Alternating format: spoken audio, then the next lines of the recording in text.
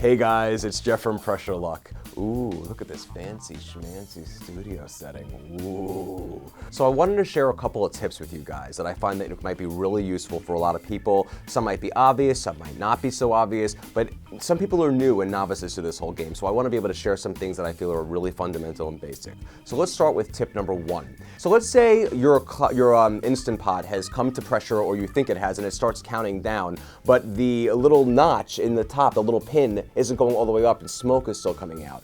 Sometimes it might get a little stuck with a piece of dried food from before, so make sure we check that pin and before we actually put the lid on top, and just wiggle it around and make sure it's nice and loose, because like I said, something hard could be lodged in there from a previous recipe that you tried. So make sure that's sliding nice and easily. So tip number 2, on a similar note to tip number 1, sometimes the clock will start counting down and steam will start coming out of the pinhole without the pin going up. If this happens, sometimes it could be because of tip number 1, like I said, it could be a piece of food lodged in there and preventing it from going up. So just give it a little press on the plastic part, not the metal, you'll burn yourself. The plastic handle of the lid, just give it a little press down, and sometimes it'll go whoop, and then the little pin will go right up and then everything will be fine. That's gonna save you some, oh my God, I have to quick release, I gotta check the pin and make sure everything's okay. Make things so much easier. So tip number 3, and this one I see happen a lot.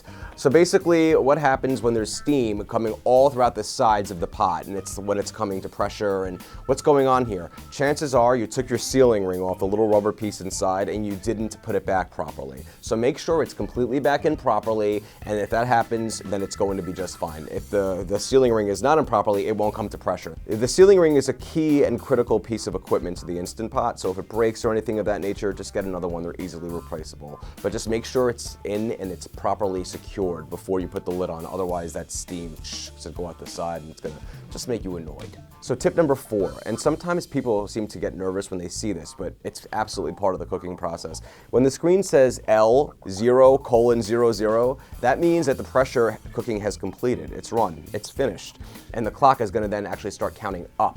It's just on keeping it on a low heat, which I think is what the L stands for. I could be wrong, but that's what I think it stands for. But it's actually a very handy tool because you can see how much time has elapsed. And that comes in really, really handy for what it comes down to tip number 5, which is a natural release versus a quick release. So a natural release is when we actually don't do a quick release by turning the little nozzle and having all the steam come out right away. What we do instead is we actually just leave it in place and let the steam release naturally. So therefore that count up clock is counting up. Let's say it's a 15-minute natural release. So wait until it says 15 minutes, which is L0:15, then you would do a quick release. Whereas a quick release, literally you don't wait at all for any of that. As soon as the time is done counting down and it says L0:00, that's when you would do a quick release. So going to tip number 6, the essentials. We all want to make sure we have the right spices and ingredients always on hand whenever we want to use the pot. And for me, those things are the following. Number 1 is a chicken base instead of a chicken broth, because chicken broth is like around $2 for a carton, which is about 4 cups. And it just, to me, it doesn't make any sense when you could buy another product like a base, like a Better Than Bouillon, which I love and use in almost every recipe. That thing is amazing. It's about, it depends on where you go, but it's around $5-ish for about 40 cups or so of chicken broth. That's a key critical one. Number 2, get a large jar of crushed garlic. So much easier than having to chop up garlic all the time. You're gonna use a lot of garlic in a lot of recipes. That's a lifesaver. And have your basic spices on hand, like salt, obviously, pepper, obviously, some garlic powder, onion powder, a paprika, some cayenne pepper if you like things spicy. Those are important to have as well on hand. So tip 7, we love shiny things, don't we? And use of the pot will make it kind of dulled and have some water spots in there, which is fine. Your food, is not being contaminated, it's not being dirty, it's fine. But sometimes some of us, want to pull out our inner Joan Crawford and make ourselves see our face inside of it, or have it, be like Miss Hannigan and shine like the top of the Chrysler Building.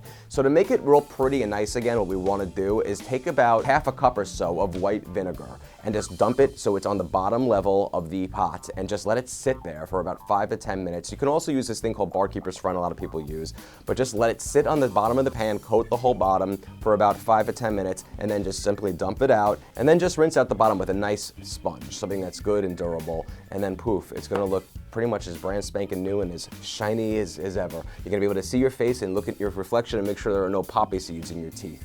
So tip number 8, sometimes we want to get real fancy and take it up a notch and we want some accessories. The pot, my pot anyway, came with the lovely trivet, which is an amazing essential accessory, thankfully, because you need to steam certain things and without it touching water. Love it.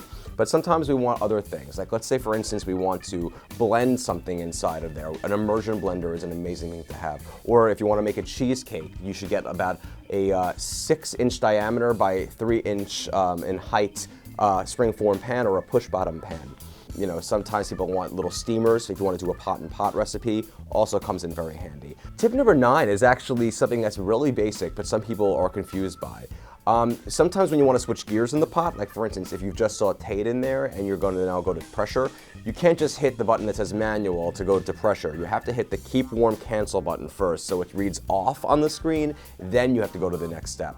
So just don't forget about that. Sometimes when I first got my pot, I was like, oh no, what am I doing wrong? Why isn't it switching? Keep warm cancel has to basically be enacted every time before you switch into a different gear. And for tip 10, and this is important, my IP Duo 60, the back, I have to not only plug it into the wall, but I have to plug it into the pot as well. Make sure that that plug is firmly secured into the back of the pot before you actually start cooking. Because if it's loose or anything in there, which it can be if you move it around a little bit, it can accidentally fall out in the middle of cooking and you might not even realize it. And that would just be a tragedy. To have that delicious shrimp boil or that delicious brisket just stop cooking when you thought, you know, it was while you were reading Barbra Streisand's memoirs. And all right, one more tip, an extra bonus tip, tip 11. This is really very basic and I've talked about it before, but I've had a lot of people say to me, I've set it for a manual pressure to go up to high pressure, but it just says on and it's not counting down. I'm confused. Why does it just say on? Well, it says on actually because it's important. During that time, it's actually coming to pressure. When that pin pops up, that's when the time is going to basically show up on the screen about 30 seconds after the pin pops up, and then it's going to start counting down. So guys, I hope these tips helped you out, and there's more wonderful videos coming your way, things that are easy to follow at Pressure Luck Cooking at Facebook. That's facebook.com/Pressure Luck Cooking. And I said that all in one breath. And you can also check out all my other handles on social media. I have Twitter, I have YouTube, I have Facebook, obviously, I have Pinterest, and I have Instagram, and that's at Pressure Luck Cooking or Pressure Luck, and you can just look at that on my banner of this page to see what each handle is. So guys, thank you so much for all your support. I just absolutely love all your comments. They're wonderful. And if you have any questions at all, please don't hesitate to ask me. Feel free to just shoot me a message on my Facebook page. I'm happy to respond to your questions. No question is too stupid or too smart. Just do it right. Make sure that you understand what you need to do to get your food to the level that you want it at. So let's just continue to keep cooking and having fun doing it. And if I can do it, you can do it. Thank you.